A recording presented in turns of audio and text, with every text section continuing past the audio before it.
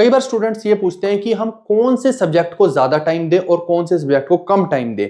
देखिए कि ये एक वेरिएबल सवाल होता है, आप कोई भी फिक्स करके नहीं बोल सकते कि नहीं ये व्यक्ति को जीएस को ही ज्यादा टाइम देना चाहिए या मैथ्स को ही। उसका कारण मैं बता देता हूं, हो सकता है कि आप कौन सी कैटेगरी में फॉल कर रहे हैं उस हिसाब से आपको अपना उत्तर मिल जाए। सपोज कीजिए कि आप एक गांव के बच्चे हैं, तो आपके गांव में एक इंग्लिश का अच्छा टीचर नहीं है लेकिन मैथ्स का, गणित का एक बहुत अच्छा टीचर है। मैक्सिमम स्टूडेंट्स के साथ, जो गांव के बच्चे हैं उनके साथ यही होता है, उनका गणित बहुत स्ट्रांग होता है, वो सारा दिन गणित करते रहते हैं, तो उनका मैथ स्ट्रांग है, तो उनको ज्यादा टाइम फिर किसको देना पड़ेगा, इंग्लिश को देना पड़ेगा, क्योंकि उनके हाथ पैर इंग्लिश को देख के फूलते हैं।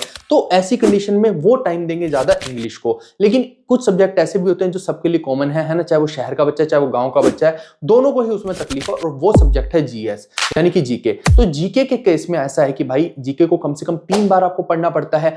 एक बार आप स्टोरी की फॉर्म में पढ़ेंगे, दूसरी बार थोड़ा थोड़ा याद करने की फॉर्म में पढ़ेंगे, और तीसरी बार तो आपको कंठस्थ करनी पड़ेगी। तो इस तरीके से जब आप जीएस को लेकर चलेंगे तो उसको तो आपको टाइम देना पड़ेगा, लेकिन उसको पार्ट्स में टाइम दीजिए कि 3 बार अलग अलग तरीकों से मुझे जीके को पढ़ना है। तो जीके को इस हिसाब से अप्रोच करना है। फिर रही बात रीजनिंग की, तो रीजनिंग जो रहता है वो हमेशा क्या रहता है कि आपको एक स्पीड अप करने के लिए रहता है। क्योंकि होता क्या है, पेपर के अंदर जब बच्चा बैठता है तो उसके पास दो जो पार्ट्स है, रीजनिंग और मैथ्स, ये दोनों जब एक सेक्शन में आते हैं तो उसको टाइम की कमी पड़ जाती है, और एक रीजनिंग ही है जो आपका टाइम सेव करके वो टाइम आप मैथ्स को दे पाएंगे। यही वही बात है कि अगर आपके पास 100 रुपए हैं तो आप कितने रुपए उसमें से बचा लें कि आप एक अच्छी आइटम दूसरी वाली खरीद पाए, वही वाली कहानी है। तो टाइम को बचाना गेम है।